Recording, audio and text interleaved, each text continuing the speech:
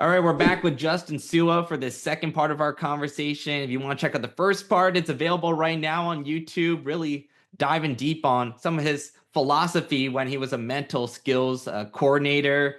But he's had a lot of cool life experiences as well. We want to hear some of it and just really learn more about Justin as a whole. Justin, I'm curious for you, when it comes to like a morning routine, what's a non-negotiable you have when it comes to something you do every time you wake up?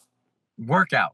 Every single time I wake out, and it's more for my mind than for my body. It's something where it gives me a little jolt of energy, a boost of confidence, a nice little sweat, clears my mind. And that is no matter where I am in the time zone, in the country, in the world, I'm always going to get some kind of workout in the morning. I'm jealous of that because I wish I was like a morning workout guy. I'm more like late at night. I wish I could do that, but all right, we mentioned Diggin Deep podcasts in the first episode.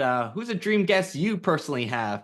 Maybe it's not the most famous person, but someone you know that would just provide good insight, that would have a good conversation. The first person I shared, that we actually asked this question on the podcast. Okay. The first person I shared was actually Tony Finau, PGA golfer. And the reason why I shared him is he has just an unbelievable story. And I love his story. I love his perspective on life. I love to see a top athlete in the world also balance fatherhood and parenting. And it's really refreshing. And it would be really cool for the world to hear his story and his perspective. As I mentioned in the original intro, you've been a TEDx speaker. You've done public speaking. What's a tip you have for someone to become a better public speaker?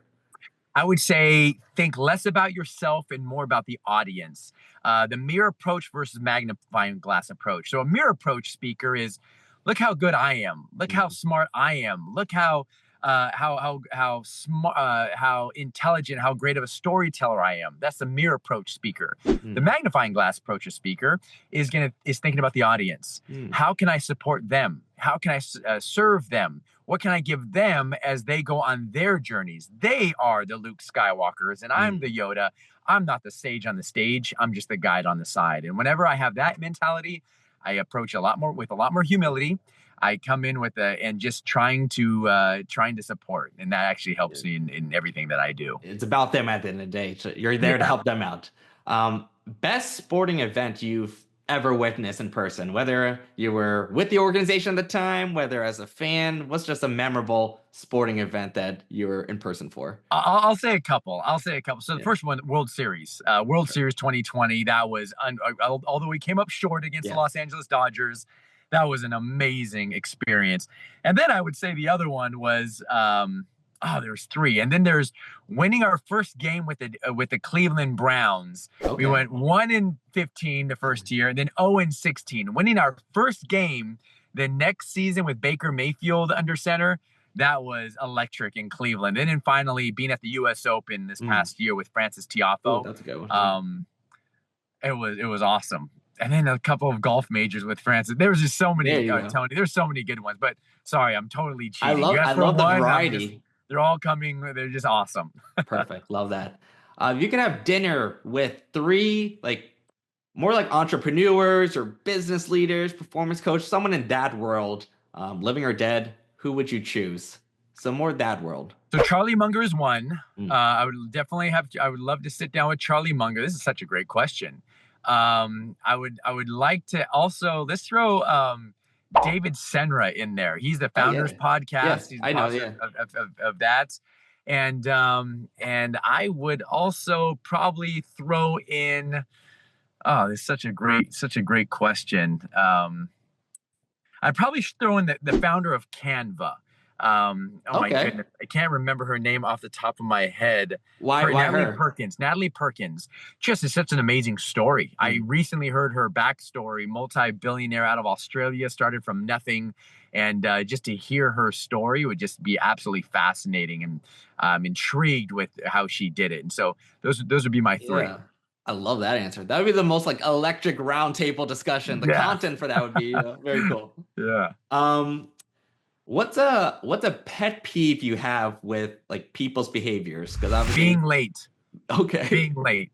I think late and slow. I struggle with both of them. That's a quick answer too. I like that. Yeah. It's probably bad and judgmental, but it's just time is such a precious commodity, and I'm big on just be early. And again, I understand context and can't always be, but serial tardiness and just going slow and through the lack of urgency, it's a pet peeve of mine. Yeah, well, that's uncontrollable, so I definitely get why. And sometimes I can be too intense from what I hear from my family says, hey, easy. No, whatever. We can just go slow. So there's definitely a shadow side to just this this sense of urgency. Last couple for you. So I know your daughter, she's an actress, been on Disney Channel, had her own, she was a lead for Pretty Freaking Scary. She's been in the Fast and Furious movies. What's a cool, maybe Hollywood experience premiere event that you've been able to, I guess, attend? Because I think it was cool. Yeah, it was the premiere of Hobbs Shaw, which was awesome. And so afterwards, obviously, met Dwayne Johnson on set for the movie, and meeting everyone was really cool. But I think something that really resonated with was funny. So after the premiere, we all went out to a restaurant, all of the cast. And so myself and my other kids and my sister, my wife, we're all sitting at a table. And then my daughter, Eliana, was in her section with her friends, The Rock, Ryan Reynolds, Jason Statham, Kevin Hart. So it was funny to see. It was like my young daughter was with all of her friends, her celebrity friends, and me and my family were on our own table. And so that was just kind of a cool moment to see, like, oh, she has her friends are a different level than a little different. My friends. That's so funny. That's so funny. Last one for you.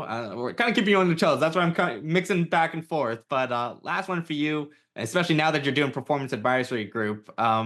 What's kind of now like a business motto or rituals? Just something kind of you're living by as you go through this next phase. Great question. Accelerating excellence. Accelerating excellence is the new motto right now, because any coach who works with me or any athlete who works with me, they're already great. They're going to be great. They're going to be successful. And what I say is, you're going to be successful with or without me. Yeah, you don't need to work with me. However, I hope that in your pursuit of excellence, our work together can accelerate the process. You're going to get there, but hopefully our work with systems and processes and what we're going to go through is in reflection and culture and personal development is going to accelerate the process. And so I'm big on accelerating excellence and aggressive humility, being humble, aggressively humble. And usually those two words don't align together, but aggressive humility is being open and honest and humble about what you don't know, and to be okay with that and what we cannot know, and say, okay, what are we going to do to mitigate that and manage that and focus on what we do know? And I think accelerating excellence and aggressive humility, those are two mottos that I'm really leaning into right now. I've never heard either of those before, so I think that's a good way to end it. Those are some good nuggets right there. He is Justin Sua, again, with Performance Advisory Group, and staying busy with the Dig and Deep podcast. Justin, thanks so much for your time. Appreciate it. Thank you. Appreciate you, Tyler.